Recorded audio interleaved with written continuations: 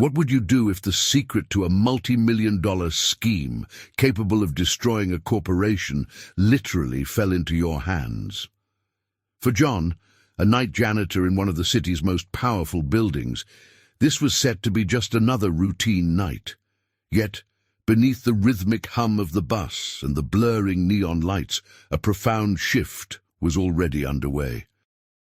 The city, a sprawling tapestry of dreams and concrete, offered little solace in these late hours, its indifference a constant companion to his quiet solitude. But tonight, there was a faint tremor of anticipation, a premonition that the meticulously planned fabric of his life was about to be snagged by an unforeseen thread. He clutched his old work bag, its familiar weight a testament to years of tireless, often invisible labor. Inside, a well-worn novel, a thermos of lukewarm coffee, and the simple promise of a new dawn for Lily, his daughter, were his anchors. Her innocent face, captured in a cherished photograph on his phone, was the compass that guided his every weary step, the unwavering motivation that fueled his bones through endless shifts. The towering skyscraper of Sterling Corporation loomed closer, a monolith of ambition and power, its upper floors piercing the cloud-laden sky, illuminated like distant, cold stars. For John, it was more than just a building. It was a battleground against grime and disorder, a place where he was a ghost in the machine, a silent sentinel in the corridors of power. He was often overlooked, yet his role, however humble, was indispensable, a vital cog in the vast, intricate machinery of this city. The rhythmic sway of the bus lulled him, but his mind refused to settle, a quiet buzz of heightened awareness simmering beneath his exhaustion. He adjusted his backpack, feeling the reassuring weight of his meager belongings. The aroma of damp fabric and stale coffee, so intertwined with his nocturnal existence, felt sharper tonight, almost prophetic. He was just a man, a father, fighting for his daughter's future, but the universe was about to hand him a weapon he never knew he possessed, a single, shredded fragment of paper, a silent harbinger of a colossal truth, a revelation that would forever alter his life, and prove that sometimes the greatest heroes are the ones no one ever sees. The fluorescent lights hummed with a quiet intensity, casting a sterile, almost surgical glow across the executive floor of Sterling Corporation.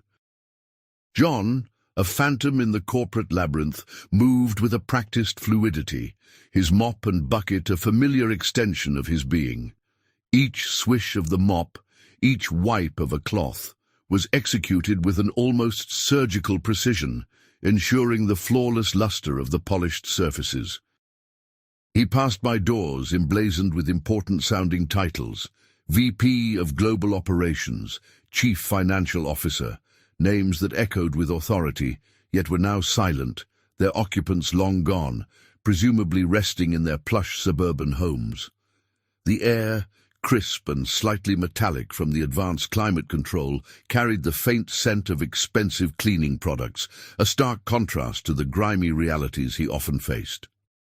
He entered the CEO's office, a space so vast and impeccably designed it felt less like an office and more like a modern art installation. The panoramic windows offered a breathtaking vista of the city, a glittering tapestry of urban life stretching to the horizon, a view he could only dream of from his cramped apartment. He ran his hand over the cool, smooth surface of the CEO's massive glass desk, a silent acknowledgement of the immense power wielded within these walls. The desk, clear of clutter, save for a single elegant pen and a minimalist notepad, reflected the distant city lights like scattered diamonds. He paused, his gaze drawn to an intricate modern sculpture, a swirl of polished metal that seemed to defy gravity. For a fleeting moment he allowed himself to get lost in its abstract beauty, a brief respite from the mundane. The quiet solitude of the empty office was a peculiar comfort, a sanctuary from the relentless demands of his external world. He imagined the conversations that took place here, the decisions that shaped economies, the deals worth millions. He was an observer, a silent witness to the unseen lives of the powerful, a man who, despite his proximity, remained utterly separate. The weight of his own world, the bills, Lily's school, the constant struggle pressed down on him, a heavy counterpoint to the lightness of the empty office. Yet, in this contrast, he found a renewed sense of purpose. Every speck of dust removed, every smudge erased, was a small victory in his personal battle for his daughter's future. The silence here was not empty. It was pregnant with possibility, a canvas for the unseen dramas that unfolded during the day, and for the quiet work he undertook in the shadows of the night. He continued his work meticulously, deliberately, a sentinel guarding the pristine facade of corporate power, unaware of the pivotal role he was about to play, the meticulous eye that would soon turn from grime to the much darker stains of deceit. The hush of the executive wing was broken only by the soft rustle of John's movements as he systematically emptied waste bins. Each bin was a repository of discarded thoughts, failed ideas, and occasionally tantalizing glimpses into the lives of the company's elite. Tonight, as he reached the office of Harrison Thorne, a senior executive known for his abrupt manner and late-night calls, something snagged his attention. At the bottom of a bin, nestled amidst coffee cups and innocuous memos, lay a collection of meticulously shredded paper. Most people would have dismissed it as typical office waste, but John's eyes, honed by years of meticulous observation, were different. They possessed an almost forensic precision, trained to spot the minutiae that others routinely overlooked. The paper's edges were clean, indicating a deliberate shredding, yet the sheer volume and a specific, almost subconscious intuition told John this wasn't mere routine disposal. A tiny, almost microscopic fragment, no bigger than his thumbnail, had slipped past the main pile, revealing a sliver of an unfamiliar, distinct company logo. It was this minute detail, easily missed, that sparked a flicker of curiosity, a rare indulgence in his otherwise regimented routine, prompting him to retrieve the scattered pieces. Carefully, as if handling fragile artifacts, he extracted the fragments. The partially obscured text, a jumble of figures and acronyms, began to emerge as he gently flattened the crumpled sheets, his brow furrowed, a silent question forming in his mind. The numbers were large, unusually so, and a company name, Vortex Innovations, began to reveal itself among the fragments, a name he didn't recognize from Sterling Corp's official partners. The dim light of the office, filtering through Venetian blinds, cast long dancing shadows that made the fragments of text seem to shift and merge, enhancing the sense of a clandestine discovery. A cold knot of apprehension began to form in his stomach. This wasn't just ordinary, discarded paper. It felt different, more significant. He held the pieces up to the light, his fingers tracing the faint lines of the partial shred marks, attempting to mentally reconstruct the missing information. A chill snaked down his spine, a primal warning that something was amiss, something deeply unsettling. His heart began to beat a little faster, a drumming rhythm against the quietude of the deserted office. He knew instinctively that he had stumbled upon something important, something that could either be a harmless administrative error or, much more ominously, a hint of something far more sinister. The weight of the crumpled paper in his hand felt suddenly immense, a harbinger of untold complexities. His solitary existence as a janitor had suddenly intersected with the high-stakes world of corporate finance, a world he was never meant to be a part of. The air felt heavier, charged with unspoken secrets. He carefully folded the document fragments and tucked them into a hidden compartment in his work bag, a decision made in a split second, driven by an inexplicable urge to understand. The silence of the night no longer felt comforting. It now seemed to hum with a latent tension, a prelude to an unforeseen drama. The fluorescent glow of his kitchen light cast a harsh illumination on John's weary face as he sat hunched over his small laminate kitchen table. It was long past Lily's bedtime, and the apartment, usually alive with her laughter and play, was now steeped in a profound silence. The only sounds were the soft whir of his ancient laptop and the rustle of the meticulously reassembled document fragments he had salvaged from Harrison Thorne's bin. Spread before him were the pieced-together sheets, like a sinister mosaic he desperately needed to complete. He had painstakingly flattened them, arranging them in a desperate attempt to make sense of the cryptic numbers and codes that now glared up at him. Lily's colourful drawings, taped haphazardly to the refrigerator, served as a poignant backdrop, a constant, vivid reminder of the life he was tirelessly striving to protect and improve. Their vibrant hues were a stark contrast to the grim data flickering across his laptop screen. John typed "Vortex Innovations" into the search bar. His fingers, usually adept with a mop handle, now moved with a hesitant, almost nervous energy across the keyboard. The search results began to populate, a deluge of information that quickly escalated his initial concern into genuine alarm.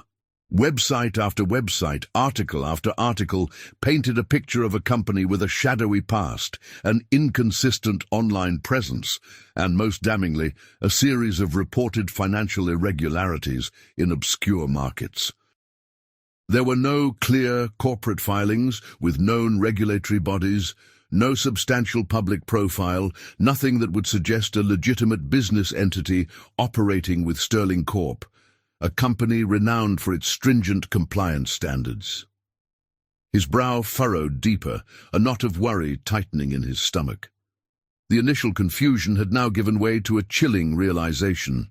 This wasn't just a mistake or a discarded memo. This was something far more insidious, a potential fraud of significant magnitude. He rubbed his tired eyes, the cold, bitter taste of stale coffee doing little to sharpen his already strained focus. Just then, a subtle flicker caught the edge of his vision. A shadow too quick, too sharp outside his window, or perhaps a glitch on his monitor. He froze, his head snapping up, his tired eyes scanning the dark, rain-streaked pane. Nothing. He exhaled slowly, dismissing it as fatigue, but a prickle of unease lingered, a first seed of paranoia. The city hummed outside, a distant, indifferent drone that seemed to underscore his isolation. He was alone with this unsettling secret, burdened by its potential implications. The silence of the night pressed in on him, amplifying the frantic beat of his own heart. He knew, with a certainty that sent a shiver down his spine, that he had stumbled into something far bigger than his janitorial duties. This wasn't a matter of cleaning up a mess. It was about uncovering one that threatened to unravel the very foundations of the prestigious corporation he served. The weight of this knowledge was immense, a heavy cloak draped over his already burdened shoulders, leaving him restless and deeply troubled, questioning his next move and the safety of his quiet, unassuming life. The corporate halls, once merely a backdrop to John's daily grind, transformed into a clandestine arena, a stage for his quiet, covert investigation. Over the next few nights, John shed his unassuming janitor persona, embracing the role of an amateur detective, his senses sharpened, his mind buzzing with a newfound purpose and a pervasive sense of dread. His cleaning routine, usually a monotonous series of tasks, became a carefully choreographed dance of observation and infiltration, each movement calculated to avoid suspicion. He moved with an almost imperceptible stealth, his eyes scanning every surface, every discarded item, every flicker of light or shadow. We see him in rapid, montage-like flashes, a quick sidelong glance at Harrison Thorne's office, noting the executive's unusually late hours, his hushed phone calls, the way he meticulously locked his office door, only to leave crucial, deliberately shredded documents in the secure waste bin, relying on the assumption that no one would bother to reconstruct them. John's fingers, nimble and experienced, would subtly retrieve these discarded fragments, like an archaeologist unearthing ancient, telling artifacts. Sticky notes, scrawled with cryptic numbers and initialisms that mirrored the Vortex Innovations document, began to accumulate in a small, hidden compartment of his work bag, now meticulously cross-referenced in a small notebook.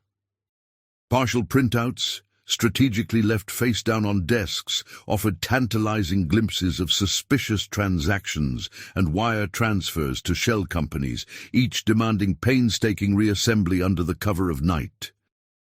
One night, while photographing a complex ledger with his small, discreet pen camera, a long-forgotten gift from a tech-savvy relative, or a bargain bin find that hinted at a youthful, unfulfilled fascination with technology, the distant thud of a security guard's boots echoed down the corridor. John froze, heart hammering against his ribs, pressing himself against a darkened wall, mimicking a shadow as the guard passed, oblivious.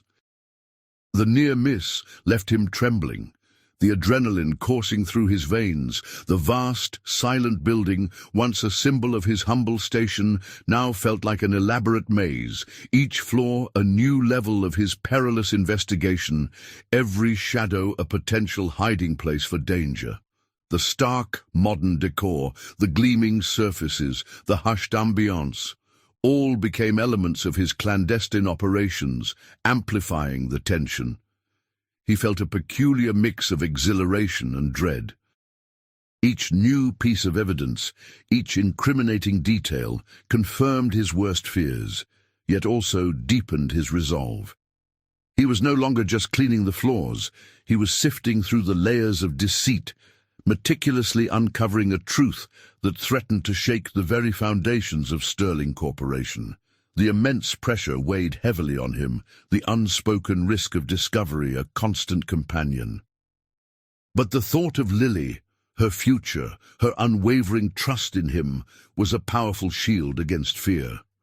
He moved through the empty corridors, a solitary figure against the backdrop of corporate power, a silent witness gathering proof, each step bringing him closer to a revelation that would forever alter his life and the destiny of the company he served, every breath a conscious act of defiance against the powerful few.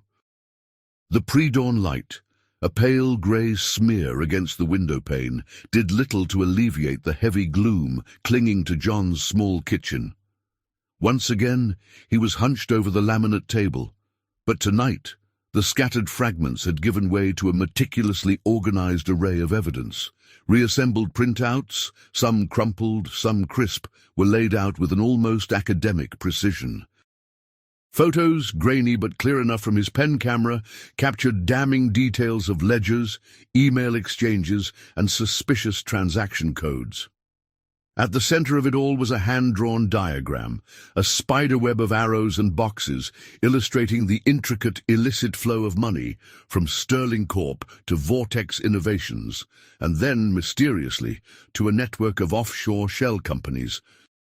As he connected the final chilling pieces of the puzzle, a gasp escaped his lips, a silent explosion of shock and grim realization. The numbers, when tallied, were staggering, far beyond anything he could have imagined. Over $100 million. Not a minor embezzlement, but a colossal, audacious fraud that threatened to destabilize an entire corporation, eroding its very foundation. The sheer scale of it was mind-numbing, a testament to the audacity and cunning of those involved, particularly Harrison Thorne, who had masterminded this intricate web of deceit with chilling precision. Just as the full, horrifying weight of his discovery settled upon him, a small, sleepy figure shuffled into the kitchen.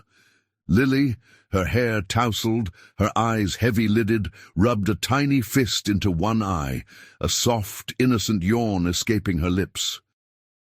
"Daddy," she mumbled, her voice a fragile whisper in the vast silence. John's heart leaped into his throat. His instincts, honed by years of single parenthood and now covert investigation, took over. With a speed born of panic and protective love, he swept the incriminating documents into a secure, opaque folder, pushing it hastily under a pile of bills and old newspapers. He turned, forcing a reassuring, albeit strained, smile onto his face. "Morning, sleepyhead," he said, his voice a little rougher than usual. The innocent presence of his daughter, her small hand reaching for his, underscored the immense stakes of his discovery. This wasn't just about corporate ethics or financial malfeasance. It was about the stability of his job, the safety of his family, the very foundation of the life he was painstakingly building for her. The thought of losing everything, of putting Lily at risk, sent a cold wave of fear through him. But the alternative, remaining silent, allowing this vast deception to continue, gnawed at his conscience with an unbearable ferocity. He looked at Lily, her trusting eyes now fully open, gazing up at him. How could he teach her honesty, integrity, if he himself turned a blind eye to such a blatant injustice? A soft glow from a cartoon-themed nightlight in the hallway cast a faint, domestic warmth, a stark contrast to the cold, hard reality of the fraud he had just uncovered. He cradled Lily in his arms, her small weight a comforting anchor in the tempest of his thoughts. The internal conflict raged within him, fear versus duty, self-preservation versus justice. The choice, he realized, was not just for him, but for Lily, for the world he wanted her to grow up in. He kissed her forehead, a silent promise hanging in the air, a decision slowly hardening in his heart. The aroma of stale coffee and forgotten pastries lingered in the Sterling Corp cafeteria, usually a bustling hub of corporate chatter, now eerily silent during the off-peak lunch hour. John sat alone at a table, a solitary figure dwarfed by the cavernous space. His brown bag lunch lay untouched beside him, his appetite completely vanished, replaced by a churning vortex of anxiety.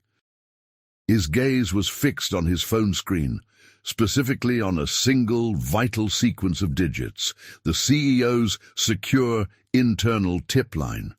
He had discovered it not by chance, but by meticulously sifting through discarded executive memos detailing compliance protocols, a specific number designated for sensitive internal reports.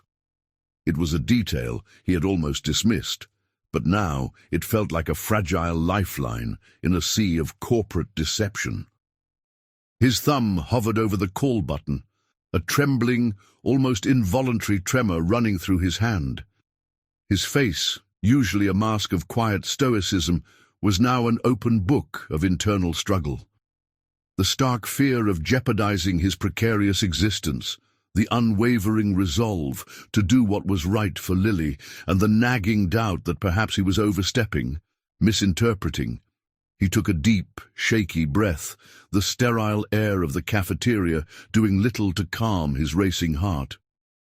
His eyes darted around the empty room, a subconscious, paranoid scan, as if he expected a shadowy figure to emerge from behind a pillar, catching him in the act. The silence of the room amplified the frantic rhythm of his pulse, each beat echoing like a drum against his eardrums.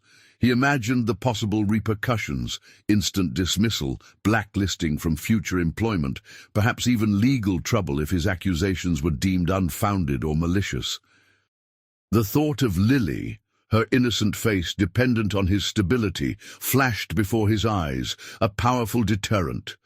But then the image of the sprawling fraud, the illicit flow of millions, the erosion of integrity resurfaced with equal force. He couldn't unsee what he had seen, couldn't unknow what he now knew. The burden of that knowledge was too heavy to carry in silence. With a sudden visceral surge of courage, born of a father's fierce protectiveness and an innate sense of justice, he pressed the call button. The dial tone, a harsh, unwavering hum, filled the quiet air. a prelude to a confrontation that would irrevocably alter his life. It was a leap of faith into the unknown, a silent roar against the forces of corruption. He closed his eyes for a brief moment, steeling himself, preparing for the conversation that would either shatter his world or, perhaps, begin to heal it. The stark, echoing emptiness of the cafeteria underscored his isolation. But in that moment, he felt a profound sense of purpose, a singular point of focus against the vastness of the corporate machine. The phone began to ring. A single distinct piercing ring that reverberated not just through the phone, but through the very core of John's being, signaling the point of no return. Then a sharp, authoritative voice answered, "Ilara Vance, to whom am I speaking?" In the area of power that was Ilara Vance's office, the atmosphere was typically one of controlled efficiency and strategic deliberation. Sunlight streamed through the expansive windows, illuminating the sleek, minimalist decor and glinting off the polished surfaces, a testament to Sterling Corp's commitment to transparency and modern design. Ilara, the formidable CEO, a woman in her 40s whose sharp intellect and composed demeanor masked a relentless drive, was in the midst of a critical strategy session with her chief operating officer, Marcus. Charts and figures were projected onto a wall, discussions of market share and quarterly projections filling the air. Suddenly, the discreet chime of her private office phone, the seldom-used secure tip line, cut through the professional hum. An unfamiliar number, usually rerouted to her assistant, was now directly on her line. A flicker of annoyance crossed Ilara's face, a minor disruption in her meticulously scheduled day. She raised a hand, a silent apology to Marcus, and excused herself from the meeting, her tone clipped, betraying a hint of irritation. "Ilara Vance," she answered, her voice cool and authoritative, a practiced calm that brooked no nonsense. On the other end, John's hesitant, slightly muffled voice began to speak, his words tumbling out in a rush, a mix of nervousness and urgent conviction. "My name is John. I'm one of your night custodians. I have information about a fraud, a big one." Ilara's initial irritation gave way to skepticism. "A custodian? Mr. John, I'm quite busy. If this is about a workplace grievance, please follow protocol." John, emboldened by the sheer magnitude of what he knew, interrupted, his voice gaining a desperate edge. "It's about Vortex Innovations. And Harrison Thorne, I have proof. Financial discrepancies. Shell companies, over $100 million. A noticeable pause from Ilara. $100 million? That's a serious accusation, Mr. John, what proof do you have?" John replied, "I can send you a sample tonight to a secure email. You'll see." Ilara's mind raced, a single eyebrow raising in intrigue. "A sample. All right. This better be worth my time."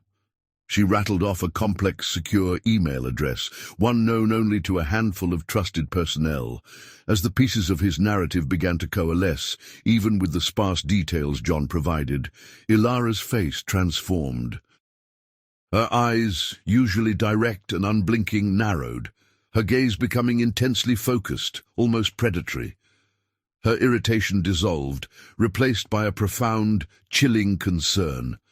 The gravity of John's words, the specific, verifiable details he was relaying, pierced through her composure.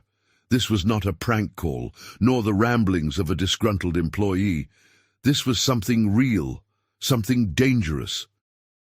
She held up a hand, a more emphatic gesture this time, silently dismissing Marcus, who, sensing the sudden shift in his CEO's demeanor, quietly gathered his papers and exited the room, the heavy door clicking shut behind him. Ilara now stood alone, her back to the breathtaking city view, her entire being focused on the voice on the other end of the line, and the sample of documents she knew would soon arrive. The sun-drenched office, once a symbol of her success, now felt strangely hollow, as if the light itself was struggling to penetrate the looming shadow of the unfolding crisis.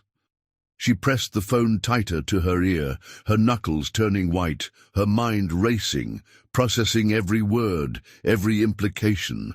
The composure she usually projected was cracking, replaced by a raw, urgent intensity. John's voice, though still tinged with apprehension, carried the undeniable ring of truth, a stark alarm in the quiet opulence of her office.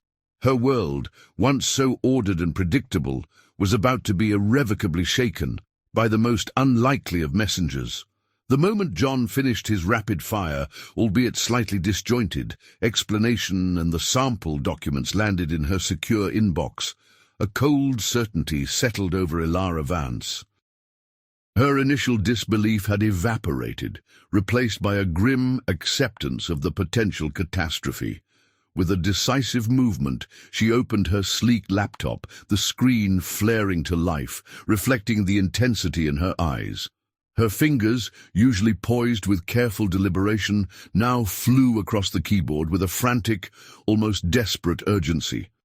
She accessed encrypted financial databases, bypassing layers of security with practiced ease, her mind already forming complex queries. Her expressions were a rapidly shifting kaleidoscope of emotions, intense concentration as she navigated the intricate web of corporate finance, her brow furrowed in deep thought.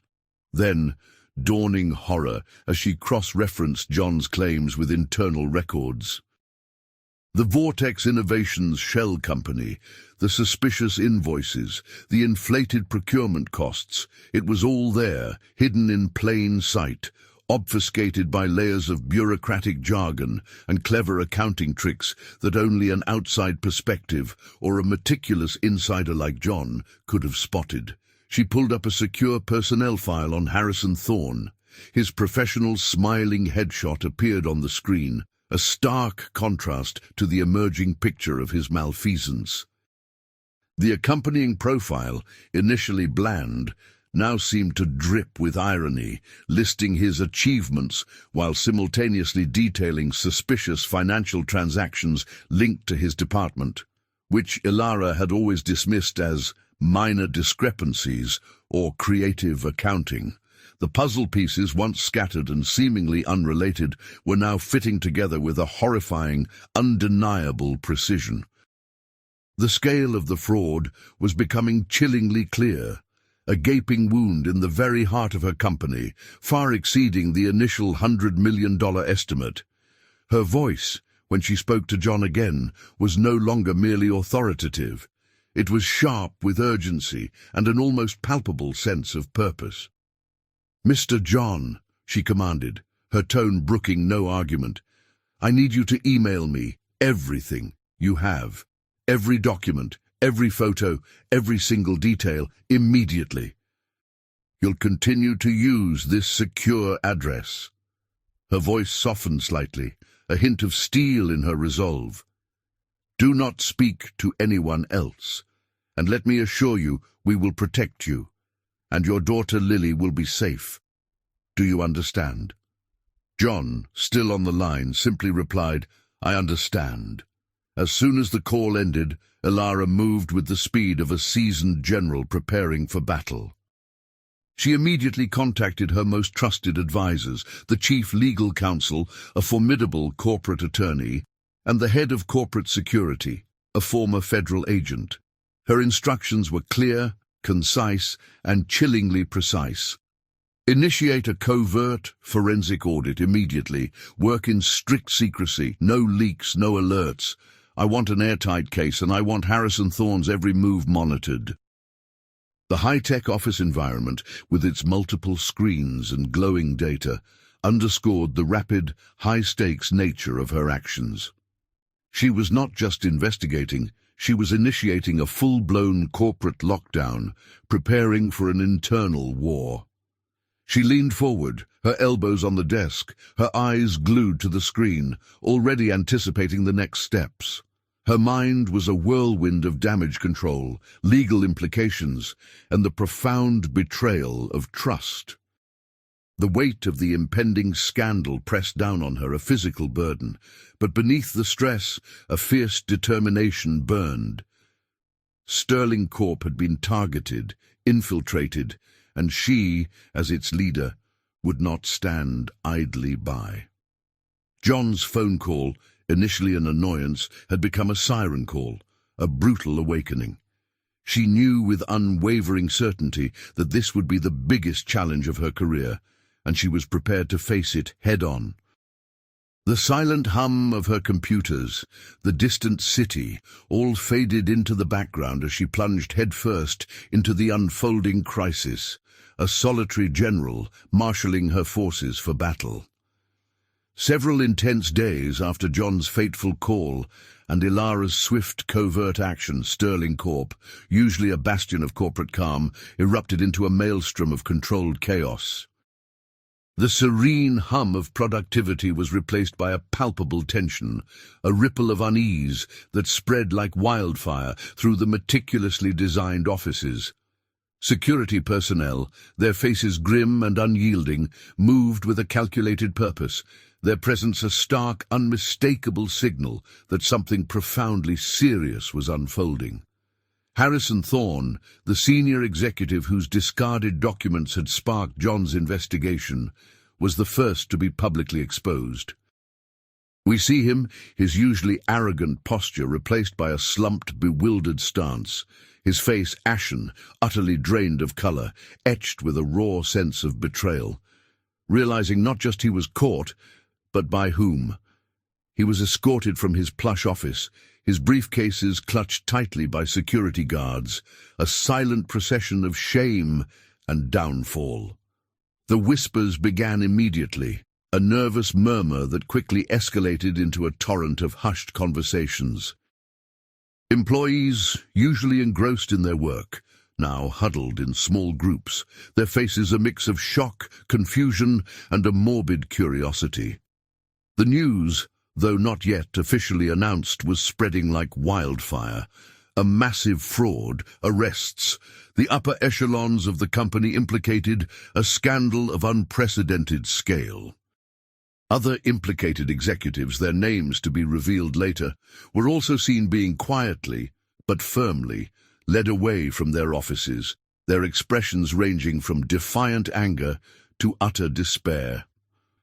The once untouchable figures of corporate power were crumbling before the eyes of their subordinates. From the panoramic windows of her office, Ilara Vance watched the unfolding drama, her expression a study in steely resolve.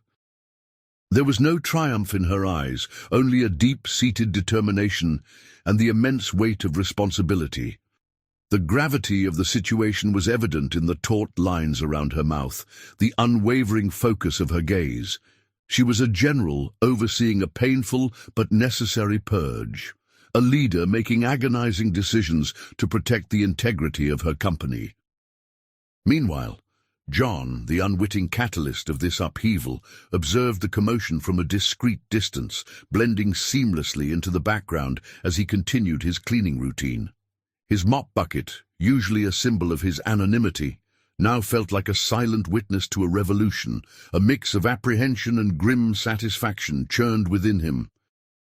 Apprehension because the sheer scale of the fallout was terrifying, and satisfaction because justice, in its swift and brutal form, was finally being served. He saw the shocked faces of his colleagues, the panic in the eyes of the executives, and he knew, with a certainty that settled deep in his bones, that he had done the right thing. The whispers around him grew louder, fragments of names, accusations, and staggering monetary figures reaching his ears.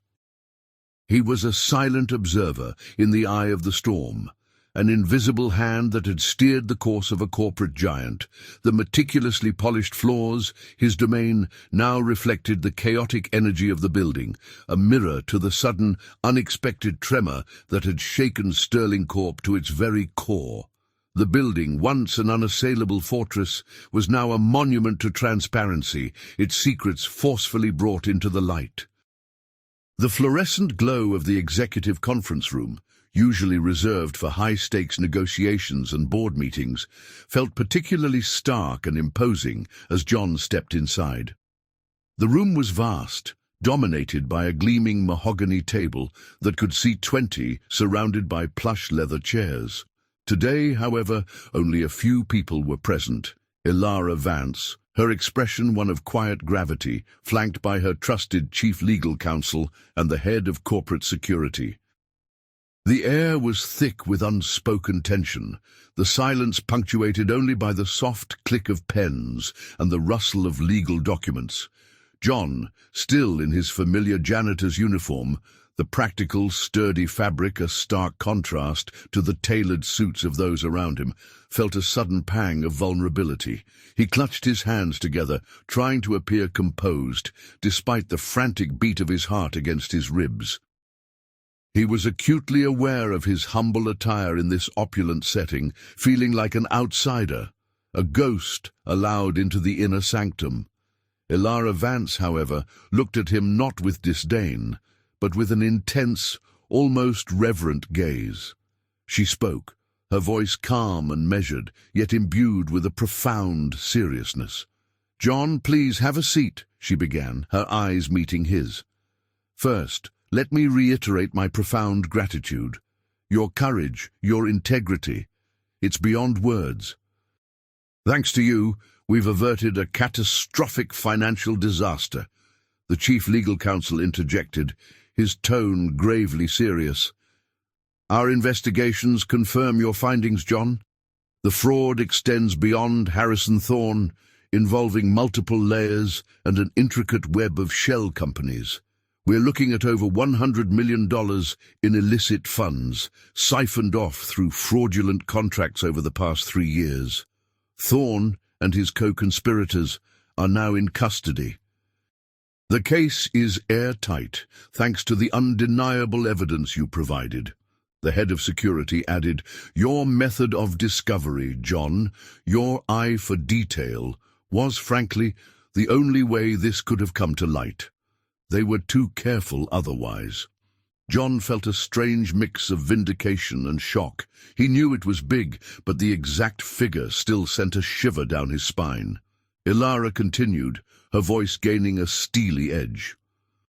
"You put your job, your livelihood, potentially even your personal safety at risk to do the right thing. That kind of integrity is rare, John, truly rare." Her gaze softened slightly, a hint of awe mixing with her deep gratitude. "We understand the risk you took, and we want to ensure your future. We're offering you a new role, Special Investigator for Corporate Integrity. It's a new department, built around leveraging insights from all levels of our organization. We believe your keen eye, your dedication, your unique perspective are precisely what we need." John just nodded, overwhelmed, unable to find his voice. The dimly lit room, with its heavy curtains and hushed tones, emphasized the gravity of the moment.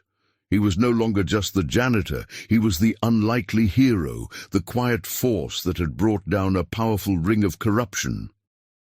The stark contrast between his working-class uniform and the luxurious setting served as a powerful visual metaphor for his journey, a reminder that courage and integrity could be found in the most unexpected places.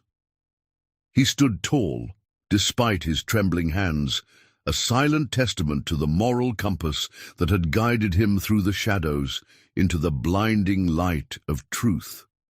The grand ballroom, typically reserved for corporate galas and shareholder meetings, was now transformed into a crucible of public scrutiny. Microphones bristled like a metallic forest on the podium, and a blinding phalanx of camera flashes illuminated Ilara Vance as she took the stage. Her composure was absolute, a testament to her leadership in the face of crisis, though a subtle weariness etched around her eyes hinted at the relentless, covert work of the past days. The air crackled with anticipation as she began to speak, her voice clear and resonant, carrying the immense weight of a company's reputation and its future. "Good morning," she began, her gaze sweeping across the sea of eager reporters. "Today, Sterling Corporation stands at a crossroads. We are here to address a deeply regrettable, yet ultimately fortifying chapter in our history."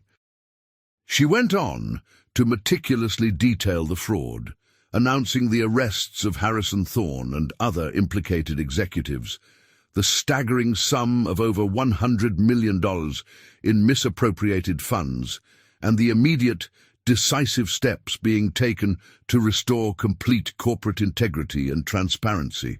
Her words were carefully chosen, firm yet reassuring, designed to calm the turbulent waters of public and investor confidence. She also outlined a new Integrity First initiative, a commitment to fostering a culture where ethical vigilance was paramount at every level. Then, with a subtle shift in her tone, a hint of genuine emotion breaking through her professional facade, she spoke of the catalyst. This egregious scheme, meticulously concealed for years, was brought to light not by our internal audits, nor by external oversight alone, she declared, her voice gaining a powerful resonance, but by the extraordinary courage and unwavering moral compass of an anonymous whistleblower, an individual who, despite their humble position within our organization, chose integrity over silence, risking everything to do what was right. Their actions have not only saved Sterling Corporation from ruin, but have initiated a new era of accountability and trust within our walls. The cameras flashed even more intensely, reporters scribbling furiously in their notebooks, hungry for details about this mysterious hero. Ilara's words painted a vivid picture of a quiet act of heroism, a testament to the fact that integrity could blossom in the most unexpected corners of power. Simultaneously, the narrative cuts to John, the very subject of Ilara's praise, watching the live broadcast on a small, somewhat blurry television in the Sterling Corp break room. He was still in his janitor's uniform, nursing a cup of lukewarm tea, his face a complex mix of emotions. A flicker of pride, quickly overshadowed by a sense of humility and a lingering apprehension about the unknown future. The grandeur of Ilara's public statement, the powerful words echoing through the media, was juxtaposed against the quiet, almost anonymous reality of John's immediate surroundings. The media frenzy outside, the flashing lights, the clamor for answers, highlighted the immense public impact of his solitary, brave action. He listened as Ilara spoke of a new era of accountability and a renewed commitment to ethical practices, knowing that his single phone call had not just saved a company millions, but had set a profound precedent. He was an invisible force who had forced transparency upon a behemoth, a quiet revolution in the heart of corporate America. The tea tasted a little sweeter, a silent acknowledgement of a battle fought and won, not with power or wealth, but with simple, unshakable honesty and a deep-seated belief in what was right. The heavy oak door of Ilara Vance's office swung open once more for John, but this time the air inside was entirely transformed. Gone was the tension and gravitas of the previous meeting. In its place, a palpable warmth and an atmosphere of genuine appreciation permeated the sun-drenched space. Sunlight streamed through the panoramic windows, bathing the minimalist decor in a hopeful golden glow, as if the very building was exhaling a sigh of relief. Ilara Vance sat not behind her imposing desk, but on a comfortable sofa, her posture relaxed, a soft, genuine smile gracing her lips. She looked at John, who still stood awkwardly in his janitor's uniform, with an expression that was no longer just professional gratitude, but a deeper, almost personal admiration. "Please, John," she said, gesturing to the chair opposite her, her voice gentle, devoid of its usual corporate edge. "Have a seat." As he sat, a sense of nervous anticipation mingled with a quiet curiosity. He noticed a neatly folded, impeccably tailored suit laid out on a side table, its rich fabric gleaming subtly in the sunlight. Ilara's smile widened. John, you didn't just expose a fraud. You demonstrated a level of integrity, a meticulous attention to detail, and a raw courage that we, frankly, underestimated. She paused, her gaze unwavering. You saved Sterling Corporation from ruin. You saved countless jobs. You saved our reputation, and for that we are eternally grateful. Her tone shifted, becoming more formal, yet still imbued with a profound sincerity. We want to offer you more than just a reward, John. We want to offer you a future, your future here. She gestured towards the suit. As I mentioned, we've created a new position, tailor-made for your unique talents. Special Investigator for Corporate Integrity. This isn't just a title, John. It's a new department, and you will be at its forefront. We need someone with your eye, your moral compass, someone who can spot the cracks before they become chasms. You'll be instrumental in developing our new integrity-first protocols. John's eyes widened in disbelief, his mind struggling to process the enormity of her words. Special Investigator? But I'm a janitor. I don't have the qualifications for such a position, he stammered, his humility evident. Ilara leaned forward, her smile reassuring. Qualifications can be acquired, John. Integrity cannot. We will provide full, comprehensive training in forensic accounting, corporate law, advanced surveillance techniques, everything you need. You'll have mentors, resources, and a clear path for growth within this new division. This isn't just a reward, it's a strategic investment in the future of Sterling Corporation. Your first mission will be to help us identify vulnerabilities from a perspective no auditor could ever achieve. His hands, still bearing the faint marks of cleaning chemicals, trembled slightly. This wasn't just a promotion, it was a complete paradigm shift, a bridge from his invisible existence to a role of immense responsibility and trust, a chance to truly make a difference. The office, once an intimidating symbol of power he merely cleaned, now felt like a place of new beginnings, a sanctuary of opportunity. The sunlight, once a mere aesthetic element, now felt like a spotlight on his transformed destiny. John swallowed hard, a lump forming in his throat. This was more than he could have ever dreamed of, a testament to the power of one right choice. He looked at the suit, then back at Ilara, a profound sense of awe and gratitude washing over him. His life, so long a cycle of struggle and sacrifice, was about to take an unimaginable turn, all because he dared to make one brave phone call. Months melted into a new season, and with them, the shadows of the past began to recede, making way for a future John had never dared to envision. We see him now, a transformed man, walking through the very executive floor he once meticulously cleaned. He is dressed in a crisp, impeccably tailored suit, the fabric a testament to his new station, but more importantly, a symbol of his newfound confidence and dignity. His head is held higher, his shoulders broader, and a quiet sense of purpose emanates from him, a subtle but profound shift in his demeanor. No longer a phantom in the corporate labyrinth, he now navigates these halls with a composed ease, a respectful and recognized presence. He exchanges polite and surprisingly genuine greetings with executives who just months ago would have walked past him without a second glance.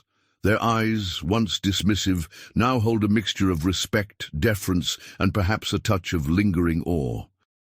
He nods, a small, knowing smile playing on his lips, a silent acknowledgement of the seismic shift in their respective worlds. He arrives at his new office, a space that, while not as grand as Ilara Vance's, is undeniably his own. It is modest, yet modern, functional yet inviting, a space he has made his own. The walls are a calming shade, the desk clean and organized, a stark contrast to the clutter of his old apartment kitchen table. On it, prominently displayed, is a small framed photo of Lily, her bright, innocent smile a constant reminder of the reason behind his courage, the ultimate reward for his integrity. Next to it, a sleek computer setup displays complex digital reports and data, clearly showing him engaged in his work as a special investigator for corporate integrity. He reviews patterns, flags anomalies, and prepares risk assessments, applying his unique observational skills to the digital landscape of corporate finance. He runs a hand over the polished surface of his desk, a gesture of quiet pride, before turning back to his screen, deeply focused. He walks to the window, looking out at the sprawling cityscape that was once a distant, unattainable vista. Now it is his view, a panoramic tableau of the world he is now actively helping to shape and protect from the very kind of corruption he uncovered. A profound sense of peace settles over his face, etched with the lines of past struggle, but illuminated by the light of present success. He is not defined by the grandness of his office, but by the quiet dignity and unwavering moral compass that brought him here. The office is bathed in warm, inviting, natural light, a stark contrast to the dim, covert lighting of his initial investigation. This light symbolizes not just transparency for Sterling Corp, but a new dawn for John, a life where his quiet virtues are finally recognized and rewarded. He takes a deep breath, inhaling the fresh, clean air of this new chapter. He is still John, the single dad who fought for his daughter, but now he is also John, the respected leader, the guardian of integrity, his journey a powerful testament to the unexpected paths of true heroism, a man no longer invisible, but indispensable.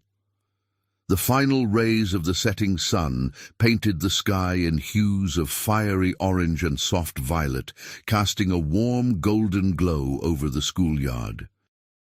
The familiar chime of the dismissal bell rang out, and children, a joyful torrent of energy, spilled from the school building.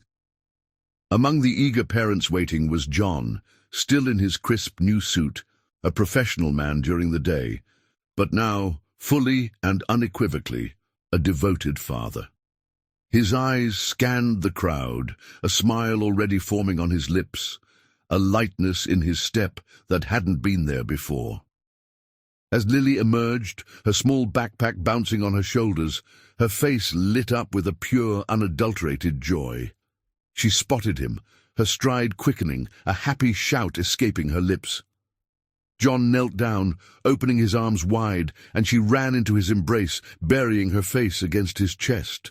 His face, once etched with the weariness of struggle, now beamed with unburdened joy and a deep, abiding relief. He held her tight, a profound sense of peace washing over him, a silent gratitude for this precious moment, for the secure future he had fought so hard to create. Lily, now looking happier and more secure than ever, pulled back slightly, her eyes sparkling. She proudly held up a drawing, a colorful, slightly lopsided depiction of a family, a cozy house with a garden, and a bright, smiling sun overhead. It was a simple masterpiece, yet it spoke volumes of her contentment, her sense of belonging, her vision of their shared world, now stable and full of promise. John's heart swelled with a love so immense it brought a tear to his eye. This was the true reward, far greater than any promotion or financial compensation. This was the purpose that had driven every perilous step, every moment of fear and doubt. They walked hand in hand, their figures silhouetted against the breathtaking sunset, a symbolic image of a bright, hopeful future stretching before them, unmarred by past shadows. The shot slowly pulled back, revealing not the cramped apartment of their past, but a modest, yet beautifully maintained house with a small, vibrant garden. Their new home. It was not extravagant, but it was theirs. A sanctuary built on the foundation of John's unwavering integrity and the unexpected generosity of Elara Vance and Sterling Corp, a tangible symbol of a life transformed. The final image is one of profound peace, unshakable love and the promise of a brighter tomorrow. John, the single dad janitor who dared to make one call, had not just stopped a massive fraud. He had, in the process, rewritten his own destiny, proving that true wealth lies not in money, but in character, courage, and the boundless love for one's family. His story, once a quiet whisper in the corporate halls, now echoed as a powerful anthem of hope, a reminder that heroism often wears the most unexpected uniforms, and that even the smallest act of integrity can illuminate the darkest corners of the world.